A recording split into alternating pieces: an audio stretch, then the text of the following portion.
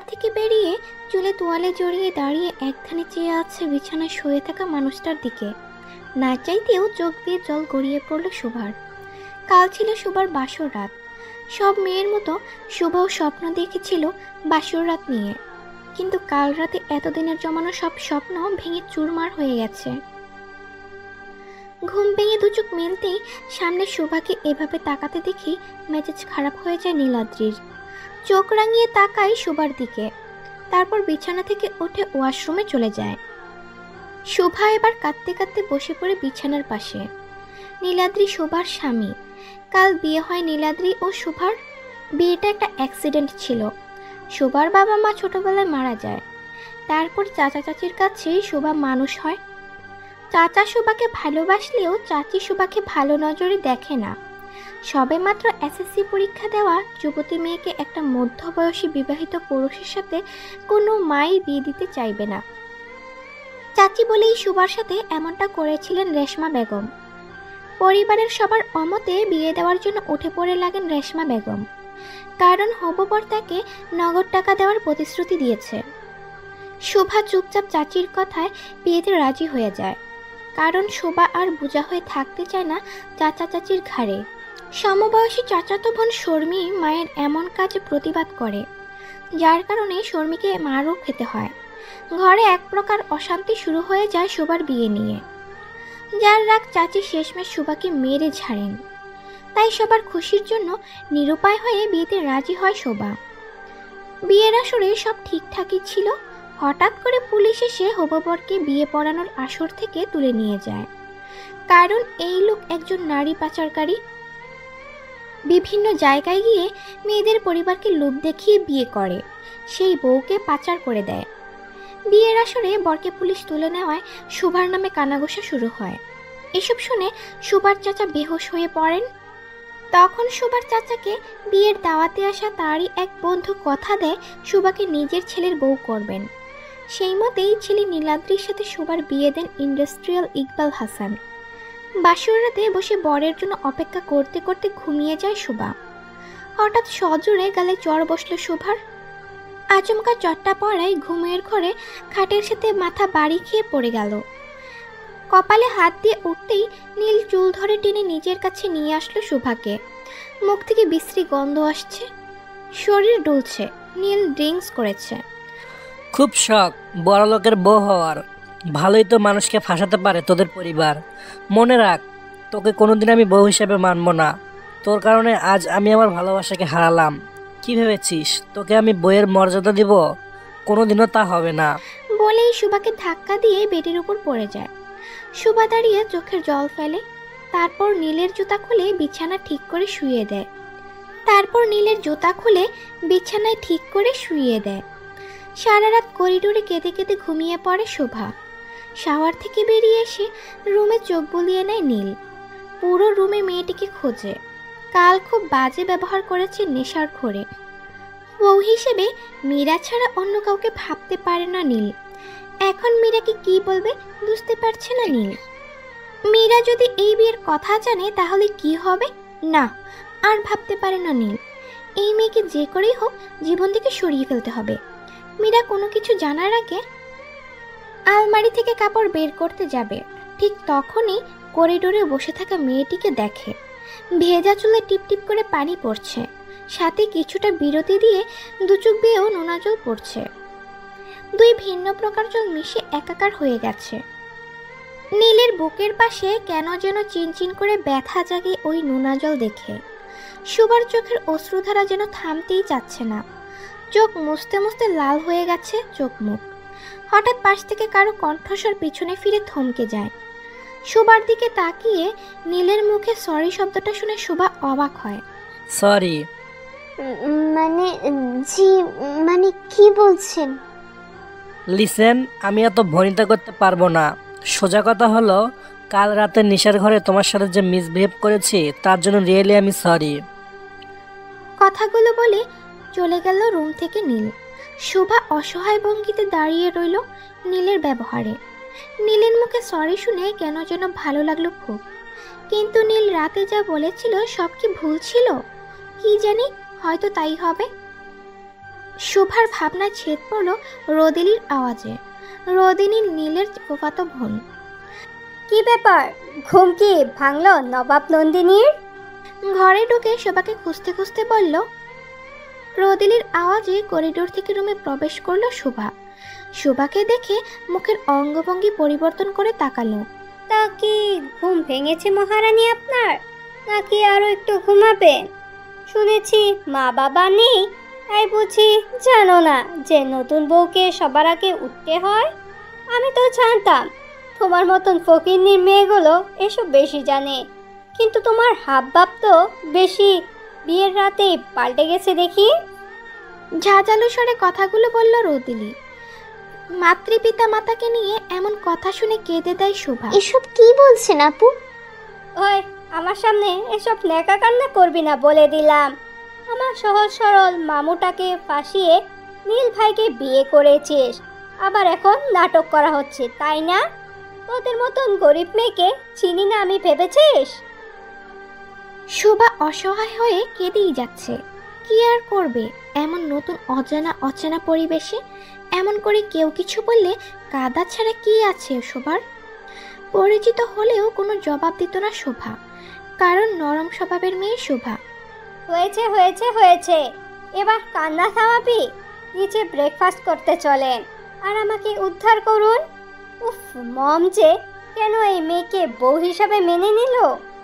বলতে বলতে রুম থেকে বেরিয়ে গেল। শোভা চোখ মুখ ধুয়ে রেডি হয়ে শাড়ির আঁচল টেনে ঘোমটা দিয়ে নিচে নামলো, মনে হাজারো ভয় সংকোচ নিয়ে। শোভাকে নিচে নামতে দেখি নীলের ফুপিমা হেসে কাছে এসে বুকে টেনে নিলেন, তারপর কপালে চুমু দিলেন। ভাইজান, সত্যি তো তুমি চাঁদ ঘরে নিয়ে এসেছো।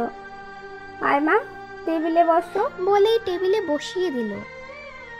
শোভা বসার আগে ব্রেকফাস্টে বসা নীলের বাবার পায়ে সালাম করে নেয়। মামি ভাবিরা শিখিয়ে দিয়েছে শ্বশুরবাড়ির বড়দের নাকি নতুন বউয়েরা এভাবে সম্মান করে। বৌমা, এনে তোমার ফুফু শাশুড়ি। এই কথা শুনে পায়ে হাত দিয়ে সালাম করতে গেল। থাক থাক।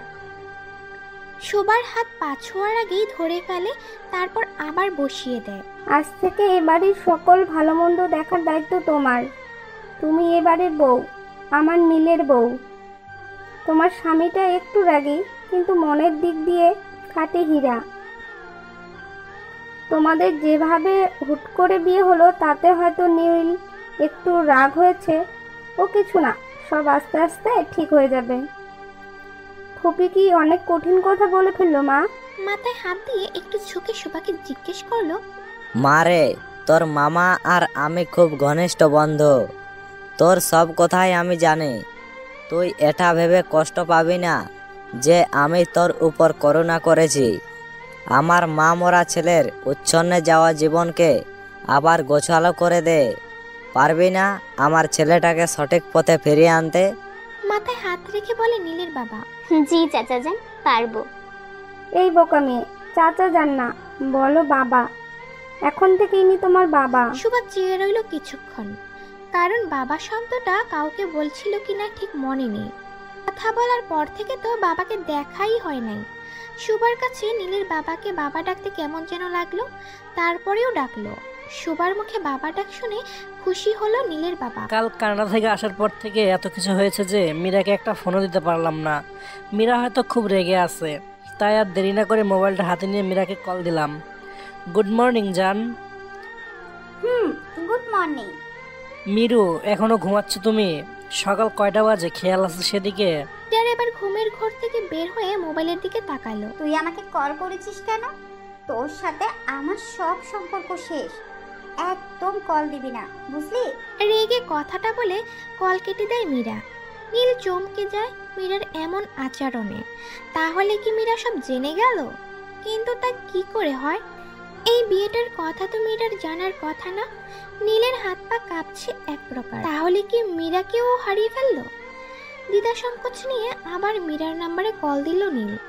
কল যাচ্ছে, কিন্তু ওপাশ থেকে মীরা কল রিসিভ করছে। নীলের বুকটা চিরে হয়তো কলিজে বের হয়ে যাবে এমন লাগছে নীলের। অনেকবার কল দিল, কিন্তু মীরা কল রিসিভ করলো না। নীল কি করবে ভেবে পাচ্ছে না।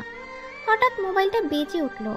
নীল মোবাইলটা হাতে নিতেই দেখে মীরা কল করেছে।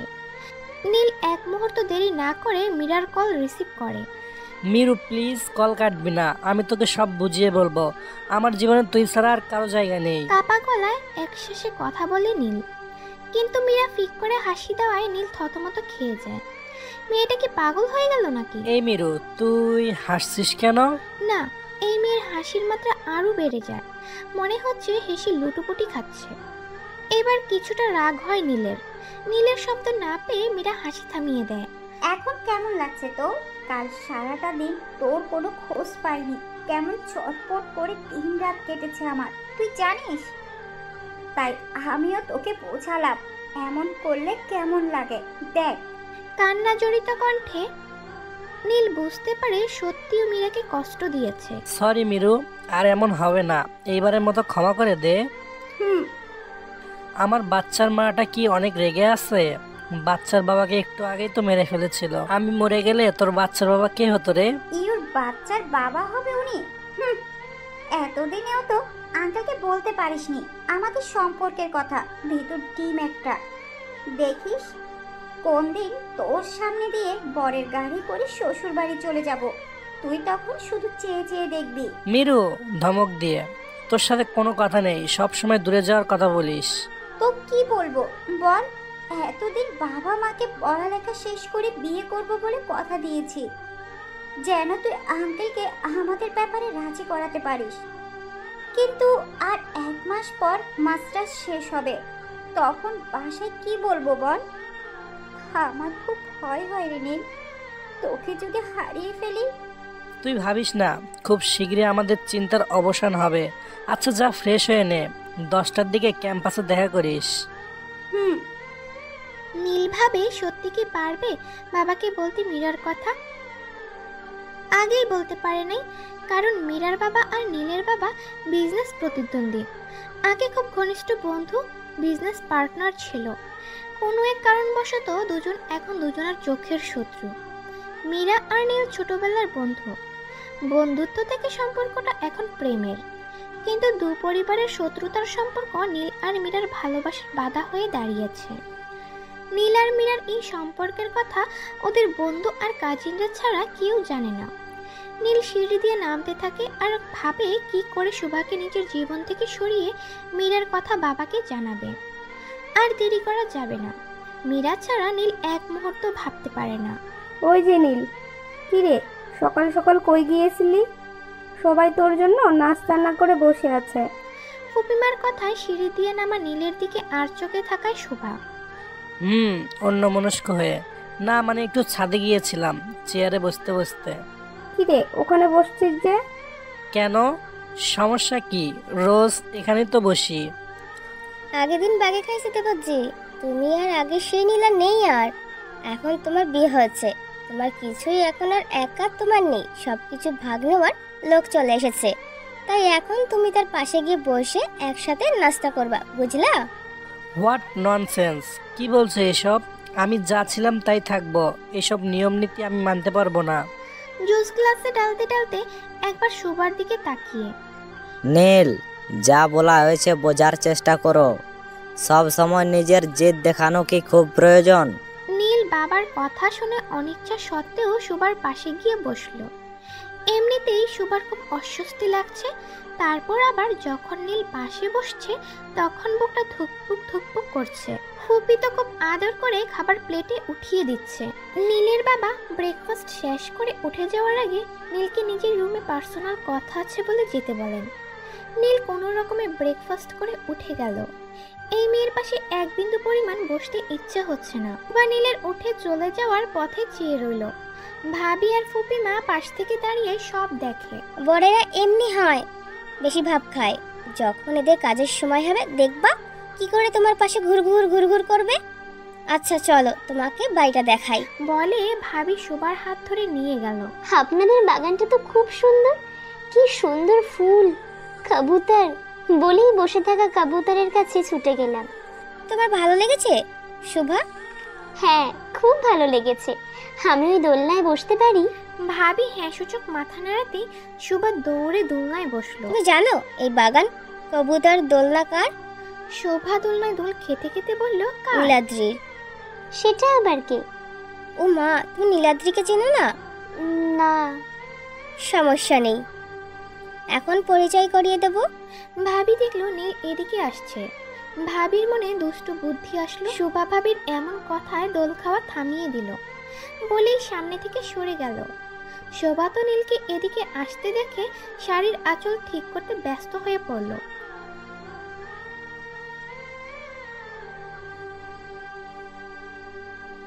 এরপর নীলকে সামনের দিকে এগিয়ে আসতে দেখে জড়সড় হয়ে দাঁড়িয়ে পড়ে। নীলের গায়ের পারফিউমের গন্ধ আরো বেশি নার্ভাস করে দেয় শোভাকে। নীল একবার শোভার দিকে তাকিয়ে চোখ ফিরিয়ে নেয়।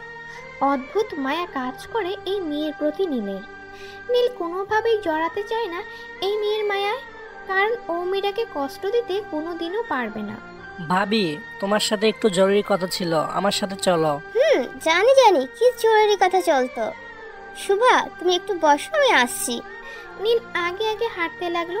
ভাবি যাওয়ার আগে শোভাকে কানে কানে বলতে লাগলো, জরুরি কথা না ছাই, তোমাকে দেখার বাহানা, বুঝেছো? ভালো যে জাদু করে ফেলেছো দেবরটাকে আমার। দুষ্ট হাসি দিয়ে বলে চলে যায়। কিছু দূর গিয়ে, ভাবি, আমি খুব বড় রকমের সমস্যায় পড়েছি, তোমার সাহায্য লাগবে। আমি জানি তোমার কি সাহায্য লাগবে। বউয়ের সাথে একা সময় কাটাতে চাও, তাই তো? ওকে, নো প্রবলেম, ব্যবস্থা হয়ে যাবে। তার জন্য অবশ্য ঘুষ লাগবে। ভাবি প্লিজ, আই এম সিরিয়াস ভাবি। ওকে ওকে, নাও, আই এম সিরিয়াস, বলো। মুখ টিপে টিপে হাসে। নীল বুঝতে পারছে ভাবি দুষ্টুমির মুডে আছে। এই সময় ভাবির এই দুষ্টুমি নীলের কাছে বিরক্তকর লাগছে, তাই কথা না বলে চলে যেতেই নিতেই ভাবি হাত ধরে ফেলে। আচ্ছা সরি, বলো কি বলবে। কিভাবে শুরু করব ভাবি? কিন্তু যে করেই হোক কথাটা আমাকে বলতেই হবে। আমার জীবন মরণ জড়িয়ে রয়েছে এই কথায়। ভাবির মনে কেন যেন অজানা আতঙ্ক ঢুকে গেল নীলের এমন কথা শুনে। নীল, কি বলতে চাচ্ছ? তাড়াতাড়ি বলো, ভয় হচ্ছে কিন্তু। নীল কিছুক্ষণ কপাল চুলকিয়ে বলতে লাগলো, ভাবি, আমি অন্য কাউকে ভালোবাসি। এক নিঃশ্বাসে কথাটা চোখ বন্ধ করে বলল, কি? তুমি জানো নীল, তুমি কি বলছো? এসবের মানে কি? ভাবি প্লিজ ট্রাই টু আন্ডারস্ট্যান্ড। তুমি ভালো করে জানো বিয়েটা কোন পরিস্থিতিতে হয়েছে। আমার কোনো উপায় ছিল না তখন, তাই বলে যাকে ভালোবাসি না তাকে নিয়ে ঘর করতে পারা ইটস ইম্পসিবল ফর মি। খুব সহজেই কথাটা বলে ফেললে নীল। তোমার কাছে আমি এমন আচরণ আশা করিনি। কি করে পারো একটা মেয়ের জীবন নিয়ে খেলতে? এই এতিম মেয়েটার কি হবে একবার ভেবেছো তুমি?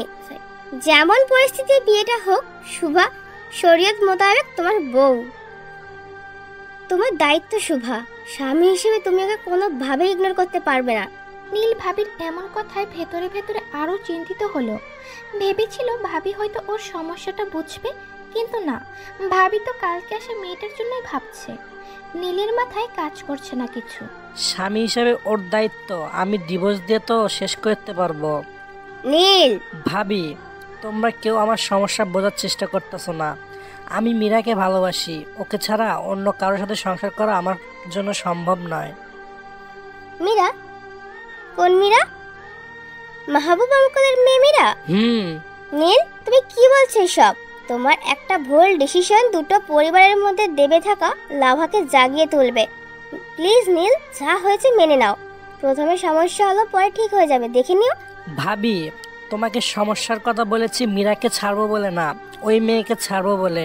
তোমার জ্ঞান তুমি রাখো, আমার যা করার আমি তাই করব। বলেই নীল ভাবির সামনে থেকে চলে যায়। ভাবি থ মেরে দাঁড়িয়ে থাকে। কি বলল নীল এইমাত্র? মৌ যেন বিশ্বাসই করতে পারে না। পায়ের নিচের মাটি মনে হচ্ছে কাঁপছে, মাথাটা হ্যাং হয়ে আছে। কি শুনলো? কি হবে এখন? বড় রকম ঝড়ের আভাস পায় মৌ ভাবি। বড় বউ হিসেবে মৌয়ের দায়িত্ব যে অনেক। এইবারের মান সম্মান সব যে এখন ওকেই বাঁচাতে হবে। কি করবে মৌ? ভাবতে ভাবতে শোবার কাছে যায়। শোভা ভাবিকে কাছে আসতে দেখে ভাবির কাছে যায়। শোভাকে সামনে দেখে জোর করে একটা হাসি দেয়। চলো শোভা, ভেতরে চলো। আকাশের অবস্থা বেশি ভালো না, মনে হয় খুব ঝড় হবে। শোভা ভাবির কথা মতো ভাবির সাথে বাড়ির ভেতরে যায়। সিঁড়ি বেয়ে উপরে উঠতেই হোঁচট খায় ভাবি। ভাবি সাবধানে, কি হয়েছে আপনার? না ধরলে তো এক্ষুনি পড়ে যেতেন। হাত এভাবে কাঁপছে কেন? শোবার কথা শুনে ভাবি হকচকিয়ে গেল। না না, কিছু হয়নি, হঠাৎ মাথাটা ধরেছে। তুমি ফুপিমার রুমে গিয়ে বসো, আমি আসছি। কাজের মেয়েকে দিয়ে ফুপির রুমে পাঠিয়ে দিল শোভাকে মৌ। শোভা যাওয়ার সময় বারবার পেছনে ফিরে ভাবিকে দেখছিল। শোভার ভেতরটাও কেমন যেন করছে। উনি কি এমন বলল যার কারণে ভাবিকে এমন দেখাচ্ছে? ভাবির খুব মায়া হয় শোভাকে দেখে। নীল রুমে এসে ফুলের বাসটা ভেঙে ফেললে। নীলের এই মুহূর্তে ইচ্ছে হচ্ছে পুরো পৃথিবী তছনছ করে দিতে। বিছানার উপর দু হাতে কপাল ঠেকিয়ে বসে পড়ে। দু চোখ দিয়ে না চাইতেও জল গড়িয়ে পড়ছে। ভেতরটা ভেঙে চুরমার হয়ে শেষ হয়ে যাচ্ছে। ভাবি যদি এমন রিয়েক্ট করে তবে নীলের কষ্ট যে আর কেউ বুঝবে না। মীরা কেউ বলতে পারছে না যদি মীরা ভুল বুঝে। আর ভাবতে পারছি না। ফুবুমা তো নামাজে বসেছে, আপনি বরং নিজের ঘরে গিয়ে বিশ্রাম নিন। কাল থেকে তো মনে হয় তেমন বিশ্রাম নিতে পারেন নাই। আমি ঘরে একা একা কি করব, তার চেয়ে তোমার সাথে থাকি। আমার সাথে থেকে কি করবেন? শুধু কষ্টই হবে। তাছাড়া পুপু যদি দেখে আপনাকে কোনো কাজ করতে আমাকে বকবে। আপনি তো নতুন বউ। শোভা কি বলবে বুঝতে পারে না। যদি রুমে ঢুকে ওনাকে পায়, ওভা নীলকে কেন যেন ভয় পায়। নীলকে আশেপাশে দেখলে শোভার বুক কাঁপে। এবারের মানুষগুলো খুব ভালো, শুধু ছোট আপাটা একটু বদরাগী, সবার সাথে কেমন যেন ব্যবহার করে। তাই আপনি যে জামাই পাইছেন, অনেক সাধনা করলে এমন জামাই কপালে পাওয়া যায়। সেদিক দিয়ে আপনার শুকরিয়া করা উচিত। আমার মতো মেয়ের আবার ভাগ্য, যার স্বামী বাসর রাতে মদ খেয়ে মাতাল হয়ে আসে। মনে মনে শোভা বলে। মিনু শোভাকে রুম পর্যন্ত এগিয়ে দিয়ে নিচে চলে যায়। শোভা ভেতরে ঢুকতে দেখে নীল ঝুঁকে কপালে হাত দিয়ে বসে আছে। পাশে ফুলদানিটা ভেঙে চুরমার হয়ে আছে। শোভার খুব ভয় লাগে, এক পা এগিয়ে আবার পিছিয়ে নেয়। শোভা, তোকে এত ভয় পেলে হবে না। দীর্ঘশ্বাস নিয়ে মনে মনে বলে। নীল দরজা খোলার শব্দে মাথা উঁচু করে দেখে সামনে শোভা চোখ বন্ধ করে দাঁড়িয়ে আছে। শোভা দীর্ঘশ্বাস ছেড়ে চোখ খুলতে নীলের চোখে চোখ পড়ে যায়। রক্তবর্ণ হয়ে আছে চোখ দুটো, কলিজা শুকিয়ে যায় শোভার। দরজা দিয়ে বেরোনোর জন্য যেই না দরজায় হাত দিয়েছে। কোথায় যাচ্ছ? শোভা থমকে দাঁড়ায় নীলের এমন গম্ভীর কথায়। হাত পা মনে হয় ঠান্ডা হয়ে আসছে। আমি কিছু বলেছি তোমায়? জি মানে? নীলের দিকে নিচু হয়ে ঘুরে নীল এক ঝটকায় এসে দরজার সাথে শোভার বাহু চেপে ধরে খুব জোরে। নীলের এমন আকস্মিক চেপে ধরায় শোভা কেঁপে ওঠে। নীলের চেপে ধরা বাহুতে খুব ব্যথা পায় শোভা, ব্যথায় কেঁদে দেয়। সব সময় মানে কি? হ্যাঁ, শোভার দিকে তাকিয়ে বলতে গিয়ে দেখে শোভা ভয়ে কুকড়ে উঠছে, সাথে ফুপিয়ে কাঁদছে। শোভার চোখের জল দেখে ছেড়ে দেয় শোভাকে। দেখো মেয়ে, আমার সামনে এসব কান্নাকাটি করবো না। এই মেয়েকে কি সত্যিটা বলে দেব? না থাক, এখন সব সত্যি না বলাই ভালো হবে। তার চেয়ে এ বাড়িতে ওর সিচুয়েশন এমন করে দেব যে ও নিজেই এখান থেকে চলে যেতে বাধ্য হবে। মীরাকে নিজের করতে আমি সব করব। যাও, গিয়ে ফ্লোর থেকে ভাঙা ফুলদানির টুকরো উঠিয়ে ফেলে আসো। বলেই বিছানায় গিয়ে শুয়ে মোবাইল চালাতে লাগলো নীল। শোভা চোখের জল মুছতে মুছতে ভাঙা ফুলদানির টুকরোগুলো গুছাতে গিয়ে হাত কেটে যায় শোভার। নীল দেখেও না দেখার ভান করে। হাত কেটে যাওয়ার ব্যথা থেকে বেশি ব্যথা লেগেছে মনে নীলের ব্যবহারের কারণে। শোভা ভাঙা টুকরোগুলোকে একত্রিত করে ফেলে দেয়। তারপরে সে দাঁড়িয়ে থাকে চুপচাপ। কি ব্যাপার, দাঁড়িয়ে আছো কেন ওখানে? এখন কি করতে হবে আমি তো জানি না। তাই নাকি? তো তুমি কি চাচ্ছ আমি তোমায় বলে দেব এখন কি করতে হবে? শোভা এবার আর কোনো জবাব দেয় না। এদিকে আসো। শোভা নীলের কাছে আসতে নীল পেছন থেকে শোভার চুল ধরে নিজের আরো কাছে নিয়ে আসে। শোভার মুখের উপর নীলের প্রতিটা নিঃশ্বাস পড়ছে। চোখ বন্ধ করে আছে। তোর যা খুশি কর, কিন্তু আমার চোখের সামনে থেকে যা, সহ্য হয় না তোকে আমার। শোভা চোখ বন্ধ করে আছে বলে ফ্লোরে ধাক্কা মারে শোভাকে। নীল বাইরে চলে যায়। শোভা হাতে খুব ব্যথা পায় আবার। কেটে যাওয়া জায়গা থেকে এখনো রক্ত পড়া বন্ধ হয় নাই। শোভা ব্যথার চেয়ে ভয় আর কষ্ট বেশি পেয়েছে। শোভা উঠে ওয়াশরুমে যায়, শাওয়ারটা ছেড়ে চিৎকার করে কাঁদে। আর পারছি না আমি আল্লাহ। ছোট থেকে মামির অত্যাচারগুলো সহ্য করে বড় হয়েছি। ভেবেছি স্বামীর সোহাগ পাবো, কিন্তু কপাল পোড়া মেয়েদের যে কপালে কোনো দিনও সুখ হয় না। আমাকে ধৈর্য দাও প্রভু, আমাকে ধৈর্য দাও। নীল বাবার রুমে ঢুকতেই দেখে বাবা আর ফুপু বসে কথা বলছে। বাবা আসবো? হ্যাঁ আয়। নীল, আমি জানি বিয়েটা তোর ইচ্ছার বিরুদ্ধে হয়েছে, তাই আমি চাইবো তুই বিয়েটা মন থেকে মেনে নে। আমি কিছুদিনের মধ্যে তোদের জন্য বড় করে বিয়ের রিসেপশন রেখে তোদের বিয়ের বিষয়টা সোসাইটিকে জানাতে চাই। বাবা, আমার কিছু কথা ছিল। বল। বাবা, এই বিয়ে মানা আমার পক্ষে কঠিন। কি বলতে চাচ্ছিস? আমার কথা কি তুই অমান্য করবি? বাবা, আমি সেটা বলতে চাচ্ছি না। আমি শুধু বলছি ওর বয়স তো 18 বছরের কম হবে। তুমি যদি এখনই বিয়ের বিষয়টা সোসাইটিকে জানাও তো বিষয়টা ভালো চোখে দেখবে না কেউ। তাই বলতে চাচ্ছিলাম ওর 18 বছর পূর্ণ হলে না হয় সোসাইটিকে জানিও। তাছাড়া এখনও তো ও খুব ছোট, এখন ওকে এত প্রেশার দেওয়া ঠিক হবে না। আমি ওর জীবন নষ্ট করতে চাই না বাবা। ও কলেজে ভর্তি হোক, উচ্চ মাধ্যমিক পাশ করুক, তারপর ওকে আমি বউ হিসেবে মেনে নিব। আসলেই তো ঠিক বলেছিস। আমি খুব খুশি হয়েছি বাবা তোর কথায়। আমার মনে ভয় ছিল ওই এতিম মেয়েটাকে তুই মেনে নিবি নাকি নিবি না, কিন্তু না, তোর কথা শুনে আমার বিশ্বাস জেগেছে শুভার জন্য তোর চেয়ে উত্তম স্বামী আর হবে না। নীল, সত্যি তোর মতো ছেলে হয় না। আচ্ছা যা বাবা, গিয়ে বিশ্রাম নে। জি ফবিমা। নীল রুম থেকে বের হতেই দেখে বাইরে ভাবির চায়ের ট্রে নিয়ে দাঁড়িয়ে আছে। কেন মেয়েটার জীবন নষ্ট করার জন্য উঠে পড়ে লেগেছো তুমি? নীল পাশ কেটে যেতেই ভাবির কথা শুনে থমকে যায়। আমাকে বলছো? এমন তো ছিল না নীল তুমি, নাকি আমার এতদিনের ধারণা ভুল ছিল? এত নিষ্ঠুর কি করে হতে পারো তুমি? কি বলছো? কি করছি আমি? নাকামি করো না। এই মাত্র তোমার রুম থেকে আসলাম। কেন কষ্ট দিচ্ছ শুভাকে? ওর কি দোষ? ও সব বলে দিয়েছে তোমায়? দেখতে তো সহজ সরলই মনে হয়। আর ওর কি দোষ জানতে চাও? ওর দোষ ও আমার আর মীরার মধ্যে এসেছে। শুভা প্রকৃতি অর্থেই সহজ সরল একটা মেয়ে। ও আমাকে কিছুই বলেনি। একদিন তুমি নিজেও এই মেয়েটার মায়ায় পড়ে যাবে, দেখে নিও। তাই নাকি? ভুল ধারণা তোমার। তুমি বিয়ে করা বউকে এত কষ্ট দিচ্ছ, এটা যদি মীরাকে জানাই তখন? ভাবির তাহলে তা হবে চরম ভুল। আর এর ভয়ঙ্কর ফল ভোগ করবে ওই মেয়ে, যার জন্য দায়ী থাকবে তুমি রাগের দাঁত চেপে। নীল শোনো। নীল! নীল আর এক মুহূর্ত না দাঁড়িয়ে বাড়ি থেকে বেরিয়ে যায়। নীল গাড়ি নিয়ে ক্যাম্পাসে চলে গেল। অনেকদিন কাজের জন্য ক্যাম্পাসে আসা হয় না। ক্যাম্পাসে ঢুকতেই দেখে রিয়াদ, নিজুম, রোদেলি, মুন্না, মোহিত সব বসে আড্ডা দিচ্ছে। রোদেলিকে ওদের সাথে দেখে ভয় পায়। রোদেলি আবার ওদের বলে দিল না তো সব। নীলের ওদের দিকে আসতে দেখে মোহিত নীল নীল বলে আওয়াজ দিল। আরে তেমন কিছু না, জানিসই তো বাবার ব্যবসার কাজে এখন আমাকে ভাইয়ের সাথে হেল্প করতে হয়। ওসব কিছু না, আসল কথা তো লুকাচ্ছিস। কি বলতে চাচ্ছিস? ঘাবড়ে যায় নীল।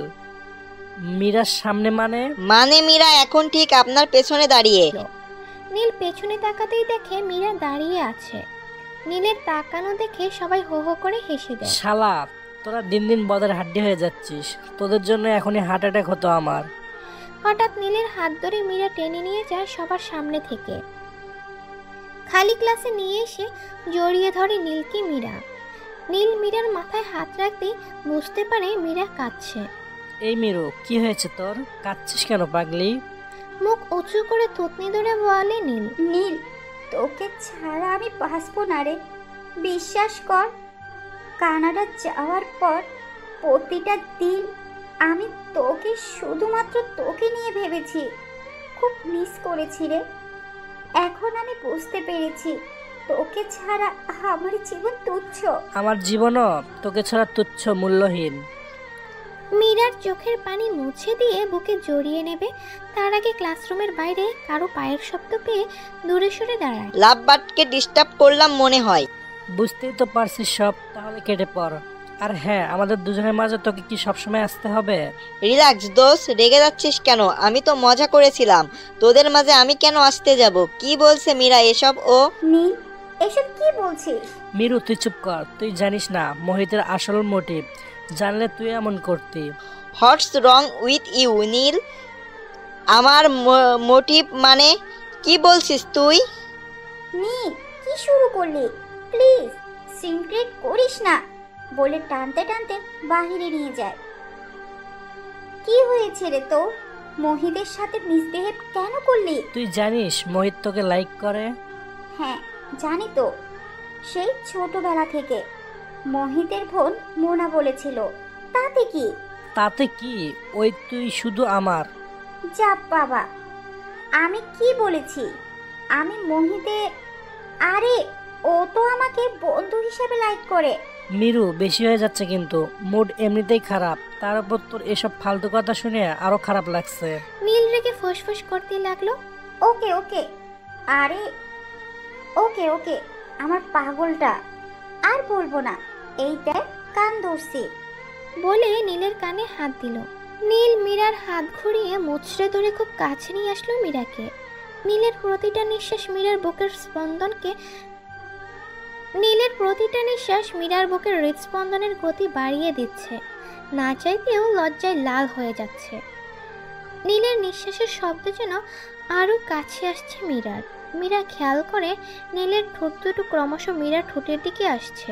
মীরা নার্ভাস হয়ে পড়ে, চোখ বন্ধ করে ওনার আঁচলে হাত মুঠ করে রাখে। বাইরে হঠাৎ ওঠা দমকা হওয়া শুরু হয়ে যায়। এক পশলা হিমেল বৃষ্টি ছুঁয়ে যায় নীল মীরাকে। শিহরণ জাগিয়ে দেয় মীরার সমস্ত শরীরে। নীল যেই না মীরার ঠোঁটের পরশ নেবে, অমনি দু চোখ শোভার অশ্রুজল মুখটা ভেসে ওঠে। এক ঝটকায় ছেড়ে দেয় মীরাকে। মীরা খুব লজ্জিত হয় নীলের এমন আচরণে, দৌড়ে চলে যায়। নীল পেছন থেকে মীরাকে ডাকতে গিয়েও থমকে যায়। শোভা জানালার গ্রিল ধরে দাঁড়িয়ে বৃষ্টি দেখছে। কেন যেন বৃষ্টিকে খুব ভাগ্যবতী মনে হয় শোভার। কেননা বৃষ্টি তার সকল দুঃখ কষ্ট অবাধে জড়িয়ে দিচ্ছে পৃথিবীর বুকে। কিন্তু শোভা তো পারছে না ওর দুঃখ কষ্টগুলো কাউকে বলতে, নিজের থেকে করতে পারছে না। খুব ভিজতে ইচ্ছে করছে শোভার আজ। নিজের ব্যাখেয়ালি মনে নীলের শখের বাগানের দোলনায় বসে ভিজতে থাকে শোভা। আকাশের দিকে মুখ করে চোখ বন্ধ রেখে বৃষ্টির প্রতিটা ফোঁটা অনুভব করতে থাকে। নীল বৃষ্টির মধ্যে গাড়ি চালিয়ে বাড়ি চলে আসে। নিজের কাজে নিজের রাগ হয়। হিরো ওর কারণে আজ কষ্ট পেয়েছে। আসার সময় একটা কথাও বলে নাই নীলের সাথে। বাড়ির ভেতরে ঢুকতে যাবে তার আগেই দেখে কেউ দোলনায় বসে ভিজছে। কৌতূহল নিয়ে সামনে এগোতে দেখে শোভা আকাশপানে চোখ বন্ধ করে বসে ভিজছে। আজ ওর কারণে মিরুকে কষ্ট দিলাম। বৃষ্টিতে আনন্দ করা বের করছি তোর মনে মনে বলে খুব আনন্দ লাগছে, তাই না? পুরুষালী কণ্ঠ শুনে চমকে যায় শোভা। উঠে দাঁড়াতেই নীলকে সামনে পায়। ভিজে কাকবেজা হয়ে গেছে নীলের চুল বেয়ে টপটপ করে পানি পড়ছে। শোভা বিভোর হয়ে চেয়ে রয়। জীবনে স্বপ্নেও ভাবেনি এমন সুদর্শন সুপুরুষ ওর মতো এতিম গরিব মেয়ের স্বামী হবে। বিয়ের আসরে প্রথম নীলকে দেখে প্রেমে পড়ে যায় শোভা। নীলের ঝাঁকুনিতে ঘোর ভাঙে শোভার। আমার ভেতরে আগুন লাগিয়ে খুব তো ঠান্ডা হচ্ছিস বৃষ্টির পানিতে, তাই না? শোভার বাহু ধরে খুব জোরে চাপ দিয়ে বলে। নীলের হাতের চাপে খুব ব্যথা পায় শোভা। আমার জীবনের সাপের মতো কুণ্ডলি পাকিয়ে বসে আছিস, তাই না? সব জায়গাতে কেন দেখি তোকে? কেন বল, কেন? তোকে কষ্ট দিলে কেন মনে হয় পাপ করছি? বল কেন? কি হোস তুই আমার? শোভা শুধু ব্যথায় কুকড়াতে থাকে। মুখ দিয়ে আর কোনো কথা বের হয় না নীলের রাগ দেখে। নীল খেয়াল করে শোভার চোখ ব্যথায় লাল হয়ে আছে। চোখ থেকে দৃষ্টি সরাতে শোভার গোলাপি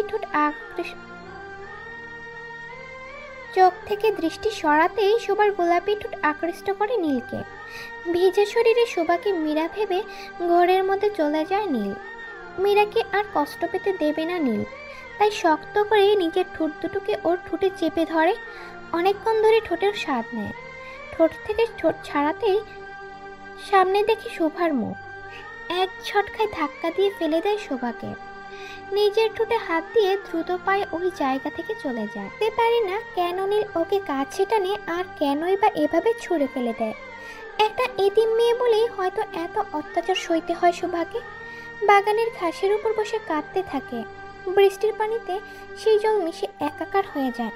শোভা, এই মেয়ে এভাবে বৃষ্টিতে ভিজছিস কেন? ঠান্ডা বাঁধিয়ে নিবি তো। ছাতা মাথায় শোভার দিকে আস্তে আস্তে বলে, এই শোভা, কি হয়েছে? এভাবে মাটিতে বসে আছিস কেন? শোভা ভাবিকে আচমকাই জড়িয়ে ধরে কাঁদতে থাকে। এই মেয়ে, এভাবে কাঁদছিস কেন? আমাকে বল। মাথায় হাত রেখে বলে। না, শোভা কোনো কথা বলে না, শুধু কেঁদেই যায়। ভাবি কোনো মতে শোভাকে নিজের রুমে নিয়ে তোয়ালে দিয়ে চুল মুছতে থাকে। শোভা এখনো নিথর নিস্তব্ধ হয়ে আছে, এক দৃষ্টিতে চেয়ে। ভাবি শোভার কাছে গিয়ে বসে, তারপর শোভার মাথাটা নিজের কাঁধের উপর রাখে। কি হয়েছে বল না শুভা। ভাবি, আমাকে একটা সত্যি কথা বলবে? কি? উনি কি অন্য কাউকে পছন্দ করেন? কি বলছিস? বোকা মেয়ে এসব বলতে হয় না। কিছুটা থতমত খেয়ে বলে। শোভা একটানে ভাবির হাতটা নিজের মাথার উপর ধরে। আমার কসম, সত্যিটা বলো প্লিজ। আমি আর পারছি না। বিয়ের রাত থেকে এই পর্যন্ত তার ব্যবহার মেনে নিতে আর পারছি না আমি। সে কি আমাকে বউ হিসেবে মেনে নেবে না? কি করছিস কি তুই? তুই যা ভাবছিস তেমন কিছুই না। নিজের হাতটা শোভার মাথা থেকে সরিয়ে দাঁড়িয়ে পড়ে। যদি তাই হয় তাহলে সে আমাকে দেখলে কেন এড়িয়ে যায়? বুঝলাম তার সাথে বিয়েটা আমার হঠাৎ করেই হয়েছে, কিন্তু তাই বলে সে এমন করবে কেন? কেন বারবার বলে আমি তার পথের কাঁটা? ভাবি, আমাকে সত্যিটা বলো না ভাবি। আমি চাই না মিথ্যা সম্পর্ক। তাহলে কি চাস? জানি না, তবে তার এমন আচরণ আমি আর সইতে পারছি না। কষ্ট হয় খুব। ভাবি, তুমি জানো খুব কষ্ট হয়। খুব ছোটবেলায় বাবা মাকে হারিয়েছি। মামির সংসারে উচ্ছিষ্ট হয়ে বেঁচেছিলাম। মায়ের গালি ছাড়া কিচ্ছু পাই নাই। ছোটবেলা নানির আঁচলের নিচে মুখ লুকিয়ে কাঁদতাম, খুব কাঁদতাম। নানি সান্ত্বনা দিত। মানুষের অনেক অপমান সয়েছি, কিন্তু ওনারটা কেন যেন সইতে পারছি না আমি। সত্যিটা শুনতে চাস? তাহলে শোন। হ্যাঁ, নীল তোকে ভালোবাসে না, তোকে বউও মানে না। শোভার চোখ দিয়ে অশ্রুধারা নামতে শুরু করলো। ঠিকই আছে, আমার মতো গরিব এতিম অল্প শিক্ষিত মেয়েকে উনি কেনই বা ভালোবাসতে যাবেন, আর কেনই বা বউ মানতে যাবেন? তাহলে এখন কি করবি তুই? কি আর করব বলো? মামা বাড়ি ফিরে মামির বোঝা বাড়াতে পারবো না, তবে আল্লাহর দুনিয়ায় কোথাও তো জায়গা হবে, সেখানে চলে যাব। তবু কারো কষ্টের কারণ আমি হতে চাই না। অভিমান নিয়ে কাঁদতে কাঁদতে কথাটা বলল শোভা। আরে বোকা একটা তুই, এইটুকু বয়সে এত অভিমান? তোর স্বামী তোকে বউ মানে, বুঝলি? শোভার মাথা হালকা করে জ্বর দিয়ে হেসে বলল, তাহলে যে বললে উনি আমাকে ভালোবাসে না? আরে পাগলি মেয়ে, তোদের যে অবস্থায় বিয়েটা হলো তাতে তো এটাই স্বাভাবিক। এত তাড়াতাড়ি কি করে ভালোবাসবে? একটু সময় দে, দেখবি তোকেই ভালোবাসবে। আচ্ছা, এখন রুমে গিয়ে কাপড় পাল্টে নে, নয়তো ঠান্ডা জ্বর বাঁধিয়ে নিবি। রুমে যাওয়ার কথা শুনে বুকের ভেতর ছেদ করে ওঠে শোভার, কারণ নীল যে এখন বাড়িতেই। আমাকে ক্ষমা করে দিস শুভা, আমি তোর কাছে সত্যি গোপন করলাম। আমি জানি নীলের জন্য তুই ঠিক, তাই এখন সত্যিটা তোকে না জানানোই ভালো। তবুও ভাবির জোড়াজুড়িতে রুমের দরজার কাছে আসলাম। এসে আর পা বাড়ানোর সাহস পায় না। অনেকক্ষণ পর সাহস নিয়ে দরজার হাতলে যেই না হাত দিয়েছে, অমনি ওপাশ থেকে দরজা খুলে যায়। সামনে নীল দাঁড়িয়ে থাকে। দরজা খুলতেই দুজনের চোখাচোখি হতেই শোভা চোখ ছড়িয়ে নেয় লজ্জায়, গুটিসুটি মেরে দাঁড়িয়ে থাকে। এই মেয়েকে দেখলে রাগ হওয়ার জায়গায় হাসি পায়। কেমন ভয়ে দাঁড়িয়ে আছে, মনে হচ্ছে আমি বাঘ। মনে মনে মুচকি হেসে বলে, তৎক্ষণাৎ কিছুক্ষণ আগে ঘটে যাওয়া অনাকাঙ্ক্ষিত ঘটনার কথা মনে পড়তেই খারাপ লাগে নীলের। দেখো মেয়ে, তখন যা হয়েছে তার জন্য। নীলের কথা শেষ হওয়ার আগেই শোভা দৌড়ে ঘরের ভেতরে ঢুকে পড়ে। নীলের তো সেই লেভেলের রাগ ওঠে। এই মেয়ের সমস্যাটা কি? নিজেও সবসময় মানে করে, আবার আমি কিছু বলতে গেলেও শোনে না। শোভা রুমে এসে কাপড় নিয়ে তাড়াতাড়ি ওয়াশরুমে ঢুকে যায়। এই যা, উনি যেন কি বলছিল, আমি তো কথা না শুনেই দৌড় দিলাম ভয়। ওনাকে দেখলে কেমন যেন ভয় লাগে আমার। গোসল করে চুপচাপ শুয়ে পড়বো, নয়তো ভাবি রুমে গিয়ে বসে থাকবো। এবার সামনে পেলে মনে হয় আস্ত রাখবে না। শোভাকে কিছু বলবে তার আগেই মোবাইলটা বেজে উঠল নীলের। হাতে নিতেই দেখে নিজুম কল করেছে। হ্যালো নিজুম, বল। ওই তুই কই? কেন, বাড়িতে। এখনই আমাদের বাড়ি চলে আয়। তুই কি পাগল? দেখছিস না বাইরে কি পরিমাণ বৃষ্টি হচ্ছে, আর এর মধ্যে আমি আসতে পারবো না। যা বলার ফোনেই বল। ও বাহিরে বৃষ্টি তোর চোখের নজরে পড়েছে? আর একটু আগে যে আরেকজনের চোখে বৃষ্টি ঝরিয়ে গিয়েছে সেটা? হোয়াট? মীরা আমাদের বাসায় কি করেছিস ওর সাথে? ও ওকে না কাঁদালে কি তোর দিন যায় না নাকি রে? এমন কেন তুই? একটা মেয়ে তোকে সমস্তটা দিয়ে পাগলের মতো ভালোবাসে, তাকে কি একটু সময় একটু ভালো কথা দিতে পারিস না? মিরু তোর ওখানে? আসার পর থেকে খুব কাঁদছে রে। আমি এখনই আসছি। ছোট ভাইয়া, খালুজান আপনার ডাকতেছে। নীল বাসা থেকে বের হতে যাবে ঠিক তখনই কি করব এখন? আচ্ছা, বাবার সাথে দেখা করে তারপর মীরার কাছে যাব। বাবা, আসবো? দরজায় টোকা দিয়ে। হ্যাঁ, আয় ভেতরে বস। কিছু বলবে বাবা? কাল আমরা মাগুরা যাব। মাগুরা? এই সময় কেন? হ্যাঁ, মা সুভাকে দেখতে চেয়েছে। দাদিকে ঢাকায় নিয়ে আসলেই তো হয়, বাড়িতে যাওয়া লাগবে কেন? তা হতো, কিন্তু 3 দিন পর যে তোর ছোট চাচার মেয়ে মনিরার বিয়ে। মনিরার বিয়ে কবে ঠিক হলো? আজ নাকি ছেলে পক্ষ দেখতে এসেছিল, কথা পাকাপাকি করে গেছে। আমাকে মিজান কল করেছিল, আমি বলেছি বিয়ের জন্য রাজি হতে। ছেলে ভালো, তাই রাতের গাড়িতে রওনা হব। তুই বৌমাকে বলিস, নিজেও তৈরি থাকিস। আর একটা কাজ কর বাবা, এক্ষুনি অফিসে যা। বেশ কিছুদিনের জন্য বাড়ি যাচ্ছি, তুই ইফতিকে অফিসের কাজ গুছিয়ে নিতে সাহায্য কর। নীল বুঝতে পারে না এখন কি করা উচিত। ওদিকে মীরা কাঁদছে, এদিকে ভাইয়ার কাছে যেতে হবে। কে রে, কি ভাবছিস?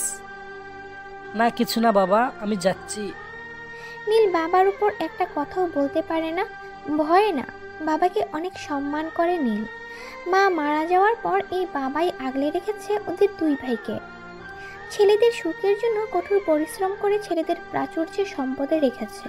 আর কাঁদিস না রে, দেখ আমি নীলকে কল দিয়েছি, ও এলো বলে। আসলে ইচ্ছে মতো ছেড়ে দেব। আমার জানটুস বান্ধবীরা শুধু কাঁদায়। তুই ওকে কল করেছিস কেন? আমি ওর কে?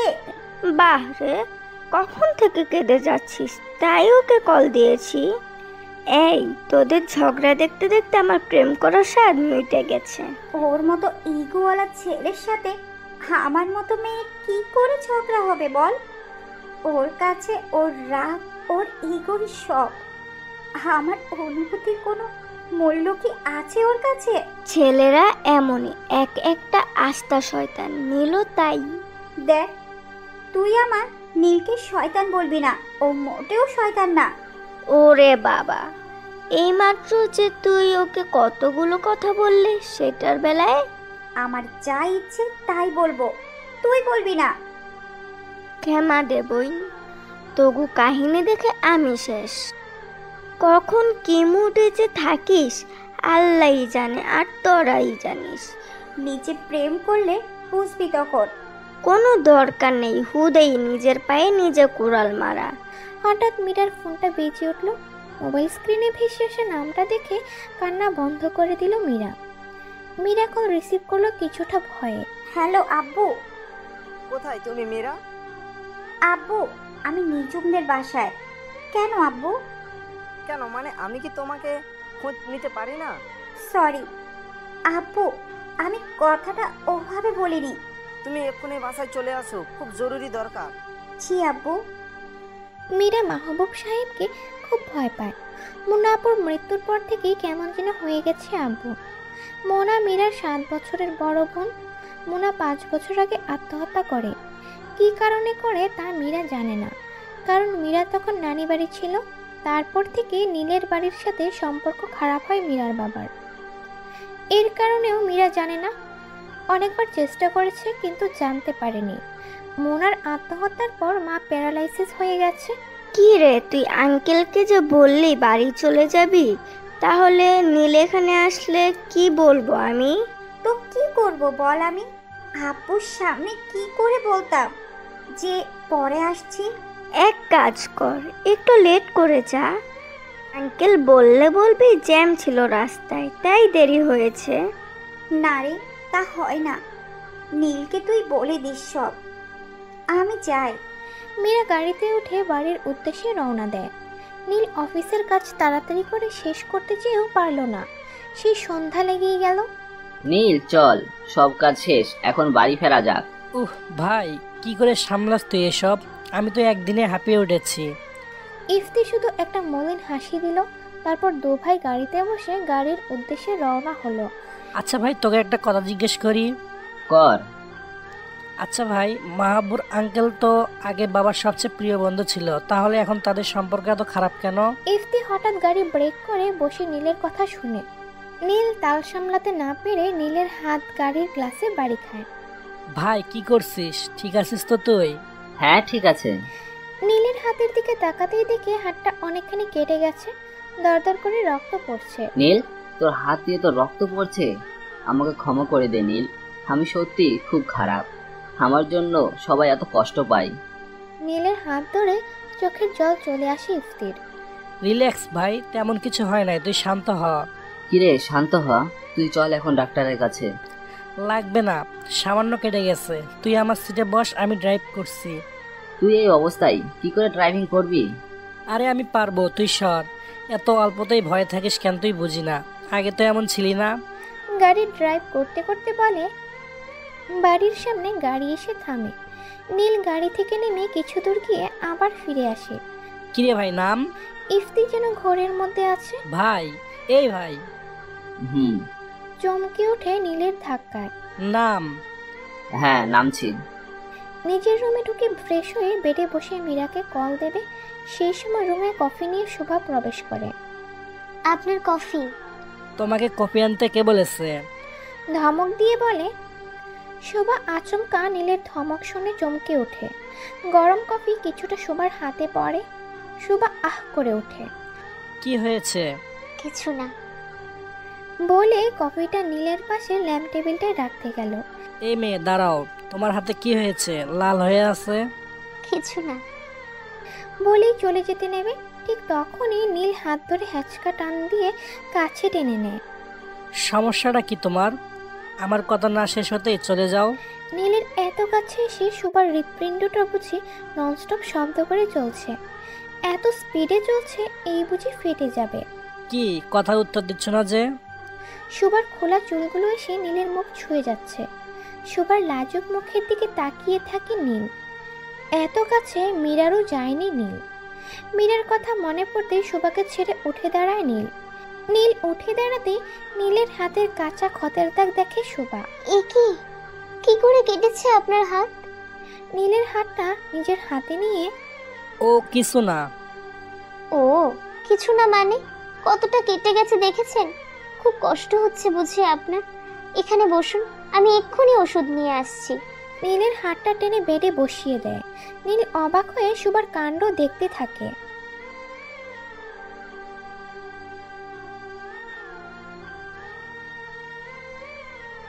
শোভা আস্তে আস্তে নীলের হাতে মেডিসিন লাগাতে থাকে।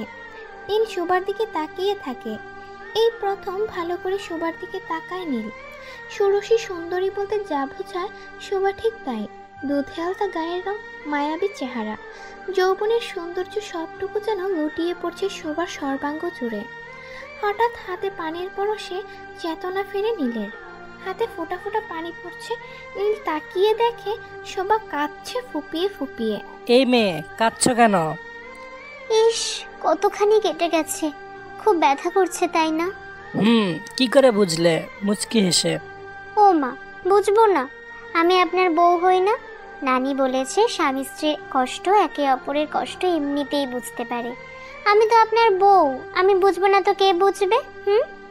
কথাটা বলি জিহবাতে কামড় দেয় শোভা। আর কি বলেছে নানি? শোভার মুখের কাছে এসে প্রশ্ন করতে শোভা ভো দৌড় দেয় ওয়াশরুমে। তোর মুখে কোনো স্টপেজ নাই না?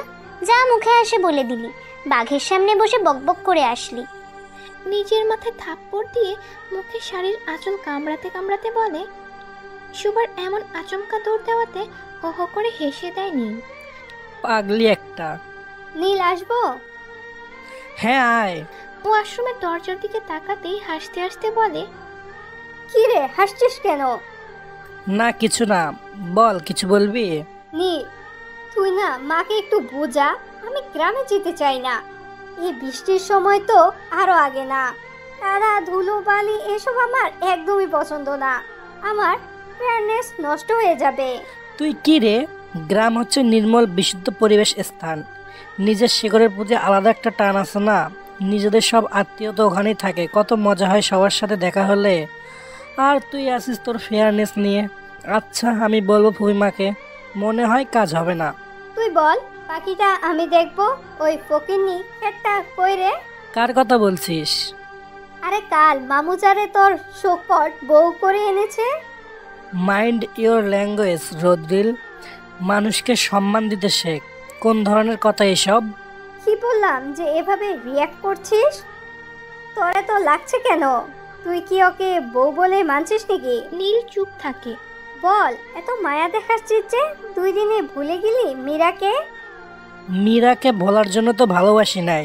তুই আমার সামনে কাউকে ছোট করে কথা বললে আমি এভাবে রিয়াক্ট করতাম, হোক সে মিনু বা অন্য কেউ।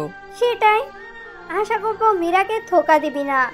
তোর কথা মতো মীরা বা ফ্রেন্ডস কাউকে এসব বলিনি, কারণ মীরা ছাড়া অন্য কাউকে আমি এবারের ছোট বউ মানি না। তোর কথা শেষ হলে যা এখন।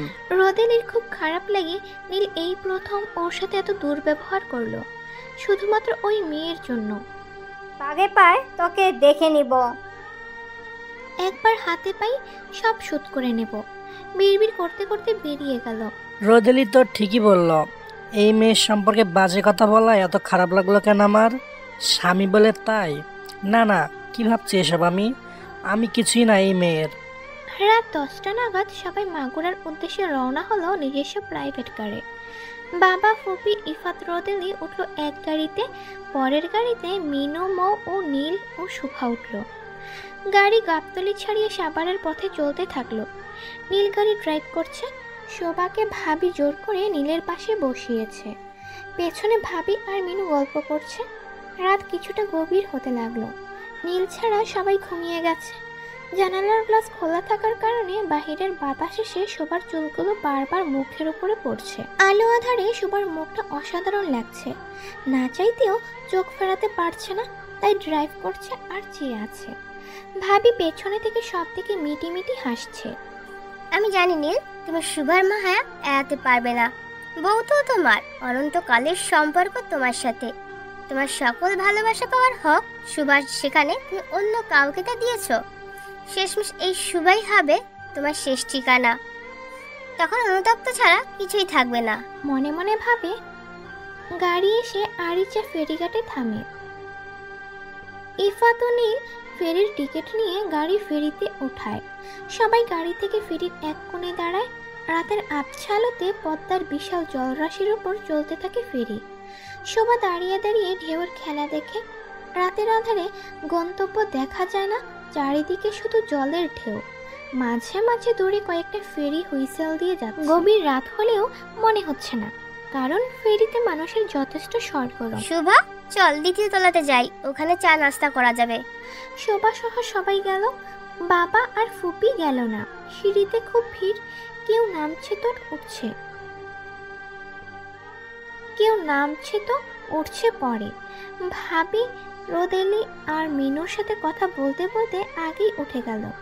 শুভা এত মানুষের ভিড়ে দুপা উঠে আবার ছেলেদের গা ঘেঁষে যাওয়ার কারণে নেমে জড়সড়ো হয়ে দাঁড়িয়ে থাকে। কান্না পায়। শর্মিটার কথা বড্ড মনে পড়ছে। যতবার যশোর গিয়েছে শর্মি ওকে হাত ধরে ফেরির যেখানে যাবে নিয়ে যেত। বলতে এত ভীতু কেন তুই? বলতো এত ভীতু কেন তুই? সারা জীবনকে আমি নিয়ে যেতে পারবো বল? হঠাৎ কারো হাতের স্পর্শে চমকে যায় শোভা। কি ব্যাপার, দাঁড়িয়ে আছো কেন এভাবে? চলো। হাত ধরে শোভাকে ভিড়ের মধ্যে থেকে উপরে নিয়ে যায়। উপরেও অনেক ভিড়। শোভাকে নিজের সামনে এনে আস্তে আস্তে সামনে নিয়ে যায় নীল। শোভা সত্যি অবাক হয় নীলের এত কেয়ারে। কিরে, কই ছিলি? কই থাকবে, বোকার মতো নিচে দাঁড়িয়েছিল। এত ভীতু কেন এই মেয়ে ভাবি? আপনি যে সাহসী, হেল্লাইগা ভাবি এত ভীতু। বেশি বুঝতে শিখে গেছিস মনে হচ্ছে। ভাবি, তোমরা বসো, আমি দেখছি কিছু পাওয়া যায় কিনা। নীল চলে যেতে ভাবি শোভাকে চিমটি কেটে বলে, কি বলেছিলাম না, দেখলে তো কত কেয়ার করে। সবাই বসে খাবার খেলো। শোভা চা খেতে গিয়ে জিভ পুড়িয়ে ফেলে, কিন্তু কাউকে বুঝতে দেয় না। খাওয়া শেষ করে সবাই গাড়ির কাছে আসে। সবার মাঝে শোভার চোখ নীলকে বারবার খোঁজে। কয়েকবার নীলের সাথে চোখাচোখি হয় শোভার। লজ্জা পেলেও বেহায়ের চোখ দুটো যেন চুম্বকের মতো টানে নীলকে, না চাইতেও তাকায়। ফেরি ঘাটে এসে ভেড়ে গাড়ি আবারও চলতে থাকে। খুব ভোরে মাগর এসে পৌঁছায় নীলরা। পুরো বাড়িতে ডেকোরেট করা, চাচা চাচি সহ অনেকে জেগে গেছে নীলদের আসার খবর শুনে। শুভাকে এই প্রথম দেখলো সবাই। শুভা সবাইকে সালাম করলো। চাচা চাচিও পছন্দ করলো শুভাকে। সবাই যার যার রুমে ফ্রেশ হতে লাগলো। চাচি শুভাকে বাড়িতে নীলের ঘরে দিয়ে গেল। শুভা ঘরে নীলকে খুঁজতে লাগলো। হঠাৎ ওয়াশরুমের দরজা খোলার আওয়াজে পেছনে ফিরতেই চোখ ড্যাপ ড্যাপ করে তাকিয়ে রইল। খালি গায়ে আধা ভেজা শরীরে টাওয়ালে চুল মুছতে মুছতে বের হয়ে আসে নীল। বুকের কালো লোমগুলো দেখে হাঁ করে আছে। নীল এতক্ষণ খেয়াল করে নাই শোভার সামনে দাঁড়িয়ে আছে। যাও গিয়ে ফ্রেশ হয়ে নাও। শোভাকে এভাবে তাকিয়ে থাকতে দেখে মুচকি হেসে মুখে টাওয়াল ছুঁড়ে মারে। শোভা নিজের কাছে নিজেই লজ্জিত হয়। তারপরও নীলকে দেখে কাপড় বের করার জন্য ব্যাগের চেন খুলতে গিয়ে আটকে ফেলে চেন খুলছেই না। নীল পেছনে তাকাতেই দেখে শোভা ব্যাগের চেন নিয়ে টানাটানি করছে। বিরক্ত লাগে নীলের। সঠিকভাবে কি কিছু করতে পারো না তুমি? শোভা পেছনে ঘুরতে গিয়ে নীলের বুকের সাথে ধাক্কা খায়। নীলের বুকের সাথে ধাক্কা লেগে হাত মুঠ করে দাঁড়িয়ে থাকে শোভা। নীলের শরীরের খন্দে মাতাল করে দিচ্ছে। চাইলেও সরে দাঁড়াতে পারছে না শোভা। নীলের বুক সমান শোভা।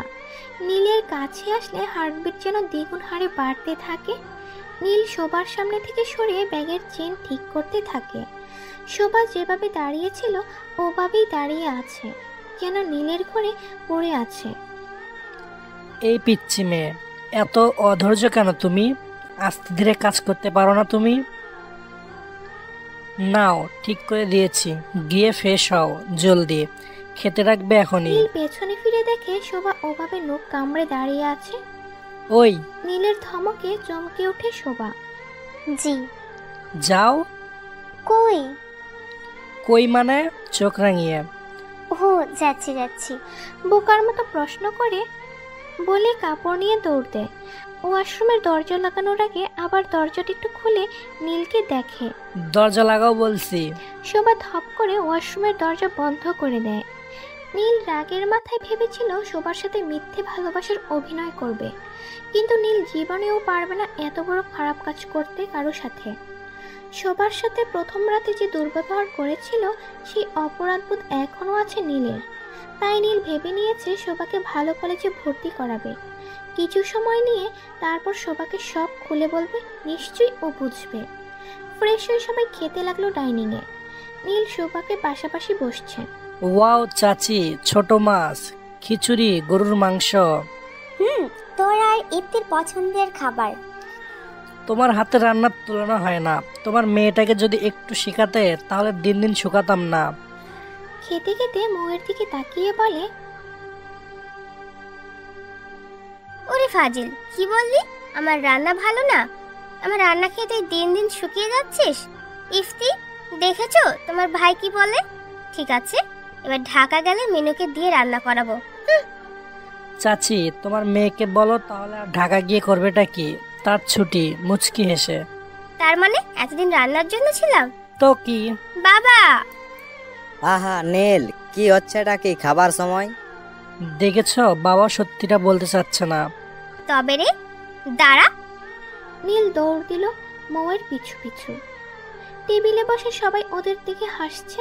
শোভা নীলের এই রূপ দেখে অবাক। ওর রাগী বউটা যে এত দুষ্ট তা শোভা ভাবতেও পারেনি। এমনিতেও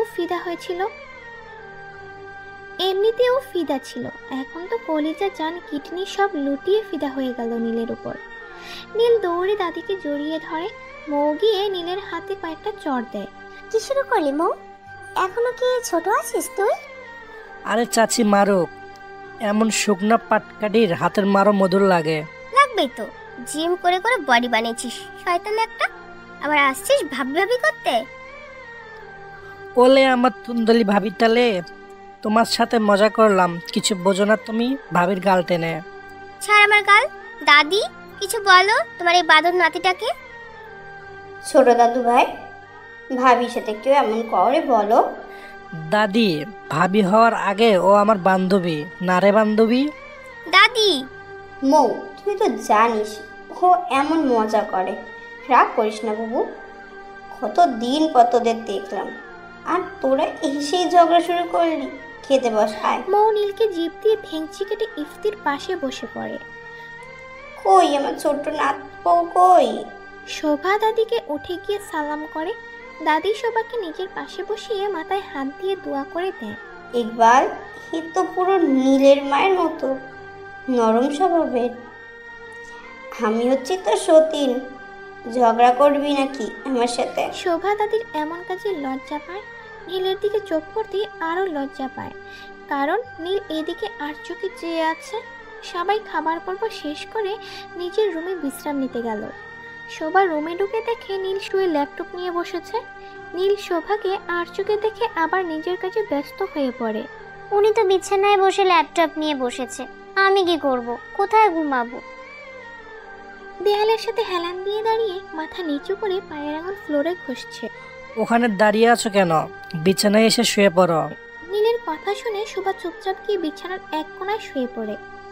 শুয়ে পড়লেও ঘুম আসছে না শোবার কিছুতেই। বারবার মনটা নীলকে দেখতে চাচ্ছে। কি ব্যাপার, ঘুমাচ্ছ না কেন? চুপচাপ ঘুমিয়ে পড়ো। শোভা নীলের এমন কথা শুনে লজ্জায় বালিশে মুখ লুকিয়ে শুয়ে পড়ে। নীল অনেকক্ষণ ধরে মীরাকে ট্রাই করছে, না ধরছে না। আর এখন তো ফোনটা আউট অফ কানেকশন দেখাচ্ছে। রাগে মাথার রগ মনে হয় ছিঁড়ে যাবে নীলের। হাতের কাছে পেলে খবর ছিল মীরার। আজ একটা দিন মীরার খোঁজ নেই।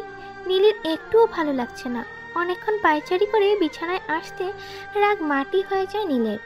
শোভার ঘুমান্ত মুখখানা দেখে একটা মেয়ে ঘুমালে এত সুন্দর লাগতে পারে, শোভাকে না দেখলে নীল জানতোই না। ফ্যানের বাতাসে শোভার চুলগুলো মুখে আসছে। নিজের অজান্তেই নীল শোভার কাছে গিয়ে বসে মুখের উপর আছড়ে পড়া চুলগুলোকে হাত দিয়ে সরিয়ে দেয়। হঠাৎ মোবাইলে কল আসায় নীল তড়িঘড়ি করে উঠে যায়, কারণ মীরা কল করেছে। হ্যালো, দিন দিন সাহস তোর বেড়ে গেছে তাই না? সাহস কি করে হয় মোবাইল অফ রাখার? নীল খেয়াল করে মীরা চুপচাপ করে আছে, শুধু থেকে থেকে ফুপিয়ে ওঠার আওয়াজ আসছে। নীল বুঝতে পারে মীরা কাঁদছে। মিরু, আই এম সরি, বিশ্বাস কর আমি তোকে কষ্ট দিতে চাইনি রে। তুই আমাকে যে শাস্তি দিবে আমি মেনে নেব। তুই আমাকে সত্যি করে একটা কথা বলবি নীল? কেন, তোর কি ধারণা তোর নীল তোকে মিথ্যা বলে? নীল, তুই আমাকে সত্যি ভালোবাসিস তো? কখনো ধোকা দিবি না তো? তুই ধোকা দিলে আমি মরে যাব রে। তোকে যে খুব ভালোবাসি আমি নীল। নীলের বুকের ভেতর কেঁপে ওঠে। এইসব কি বলছিস তুই? দুনিয়া উল্টে গেলেও তোর নীল তোকে ধোকা দেবে না। আজ হঠাৎ এই কথা কেন বললি তুই? কি হচ্ছে বল আমাকে। কিছু না, কাল দেখা করবি প্লিজ? খুব জরুরি কথা আছে তোর সাথে। আমি তো বাড়ি চলে আসছি, কাজিনের বিয়ে ঠিক হয়ে গেছে তাই। কি, তুই বাড়ি গেছিস অথচ আমাকে বলিসনি? তুই আজ তো একটা হনুমান, তোর সাথে ব্রেকআপ। যা। আবার শুরু হয়ে গেল, কথায় কথায় ব্রেকআপ ব্রেকআপ করিস কেন রে? বললাম তো হুট করে বাবা বললো তাই তোকে জানাতে পারি নাই। ও হ্যাঁ, তোকে কতবার কল করেছি তুই যে ধরিস নাই। তোকে সামনে পেয়ে নেই খবর আছে। আচ্ছা নীল, পরে কথা বলছি বলেই কল কেটে দেয়। নীলের প্রচণ্ড রাগ হয় মীরার উপর। রাগে গজগজ করতে করতে সোফায় এসে শুয়ে পড়ে। সারাদিনের জার্নির পর শরীরটা সোফায় দিতেই ঘুমিয়ে পড়ে নীল। নীলের ঘুম ভাঙতেই ঘুম ঘুম চোখে এদিক ওদিক তাকায়। কেন যেন মনে হয় একটু আগে কারোর নিঃশ্বাসের শব্দ ও শুনেছে। না, কেউ তো নেই। ওই মেয়েটাও ঘুম থেকে উঠে গেছে মনে হয়। নীল আড়মোড়া ভেঙে সোফায় বসতে ওয়াশরুম থেকে শোভা বের হয়। ভেজা মুখ মুছতে মুছতে নীল উঠে শোভার পাশ কাটিয়ে ওয়াশরুমে ফ্রেশ হতে চলে যায়। শোভার নাকে নীলের নাকের গন্ধ লাগতে হৃদস্পন্দন জোরে জোরে চলতে থাকে। বিভোর হয়ে যায় শোভা। ওয়াশরুমের দরজায় গিয়ে থেমে যায় নীল। ইস, মিস্টার হ্যান্ডসাম মুডি বটটার এই শরীরের গন্ধই কোনোদিন মেরে ফেলবে আমায়। কিছু বললে আমায়? শোভা চোখ বড় করে জিহবায় কামড় দিয়ে পেছনে ফিরে নাসূচক মাথা নাড়ায় শোভা। মানুষ প্রেমে পড়লে এত পাগলামি করে? আল্লাহ গো, আমি তো শেষ। নিজেই নিজেকে কন্ট্রোলে রাখতে পারছি না ওনাকে দেখলে। নীল ওয়াশরুমে যাওয়ার পর সোফায় বসে নিজে নিজেই কথা বলে। উনি তো এখানেই শুয়েছিল, হঠাৎ সোফার দিকে তাকাতেই মনে পড়ল বড় বাচ্চা বেঁচে গেছি বাবা। আর একটু হলেই তো দেখে ফেলতো উনি ঘুমিয়েছিল আর আমি ওনাকে বিভোর হয়ে দেখছি। ওনার ঠোঁট দুটো এত লাল, আর একটু হলে তো দুর্ঘটনা ঘটে যেত। ইস, কি ভাবতো তখন এই পিচ্ছি মেয়েটা এত পাকা কাজ করলো। কি লজ্জা পেতাম তখন। কেন এমন করছি আমি নিজেও তো জানি না। এই কদিনে এই মানুষটার ভালোবাসায় আষ্টে পৃষ্ঠে জড়িয়ে গেছি। নিজের ছায়া, পর্দা সবটা ভুলে যায় তার কাছে গেলে। একটু পর দরজার নখ হলো। শোভা কাপড় ঠিক করে দরজা খুলতে গেল। কাপড়টা পরা বিয়ের আগে শর্মি শিখিয়ে দিয়েছে, মোটামুটি পরতে পারে শাড়ি শোভা। তারপরও মাঝে মাঝে আঁচলটা ঠিক থাকে না। দরজা খুলতেই দেখে মিনু সামনে দাঁড়িয়ে। ছোট ভাবি, দাদি আপনার ডাকতেছে। শোভা মিনুর পিছু পিছু দাদির ঘরে যায়। আয় নাচবো, বস আমার পাশে। হাত ধরে শোভাকে নিজের পাশে বসালেন দাদি। তুই জানিস তোর শাশুড়ি যখন প্রথমেই বাড়ির বউ হয়ে আসে তখন তোর মতে চুপচাপ ছিল, ঠিক এইভাবে এলোমেলো শাড়ি পরা। দাদির কথা শুনে শোভা শাড়ি ঠিক করতে লাগলো। আরে থাক থাক, আর টানিস না শাড়ি, সব ঠিক হয়ে যাবে আস্তে আস্তে। দে এখন হাতটা দে তো। শোভার দাদির কথা মতো ডান হাতটা এগিয়ে দেয়। দাদি একটা বাক্স থেকে স্বর্ণের বালা বের করে শোভার হাতে পরিয়ে দেয়। শোভার কৌতূহলী দৃষ্টি দেখে দাদি শোভাকে বলে, এই বালা দুটো তোর শাশুড়ির, ইফতির বউকে দিচ্ছি, আর একটা নীলের বউয়ের জন্য রেখেছিলাম। তোর শাশুড়ির আমানত যত্নে রাখিস না বউ। যা এখন ঘরে যা, আমার নাতির মনে হয় একা একা আছে। জি দাদি। হাসি দিয়ে বলে।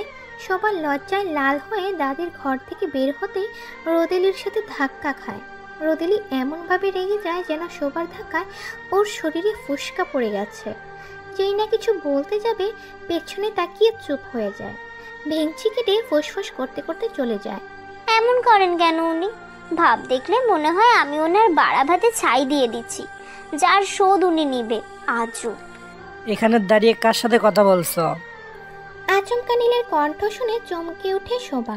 আমি কি বাঘ না ভাল্লুক সবসময় এভাবে আটকে ওঠো? না মানে। আবার মানে মানে করো। শোভা কিছু না বলেই নীলের সামনে থেকে দ্রুত পায়ে কেটে পড়ে। নীল ভ্রুকুচকে দাঁড়িয়ে থাকে। এই মেয়ে এমন করে কেন আমার দেখলে? বড় বাচ্চা বেঁচে গেছি। ওনার থেকে যত দূরে দূরে থাকা যায় ততই ভালো। উনি সামনে থাকলে কি করে বসি নিজেও জানি না। ঘরে সে জোরে জোরে শ্বাস নিতে থাকে আর বলে, সকাল সকাল পুরো বাড়িটাতে মানুষের ভিড় লেগে গেছে। প্রথম কারণ মনিরার বিয়ে, দ্বিতীয় কারণ নীলের নতুন বউ দেখতে এসেছে গ্রামের মানুষ। নীলের বউকে দেখে সবার মুখেই প্রশংসা। এত সুন্দর লাল টুকটুকে বউ মানুষ প্রশংসা না করে যাবে কই? মনিরার গায়ে হলুদের অনুষ্ঠান শুরু হয়। সবাই যে যার মতো বিভিন্ন কাজে ব্যস্ত। নীল মনিরার পাশে বসে গল্প করছে, সাথে ছবিও তুলছে। মৌয়ের পর মনিরাকে নিজের বোনের মতো ভালোবাসে নীল।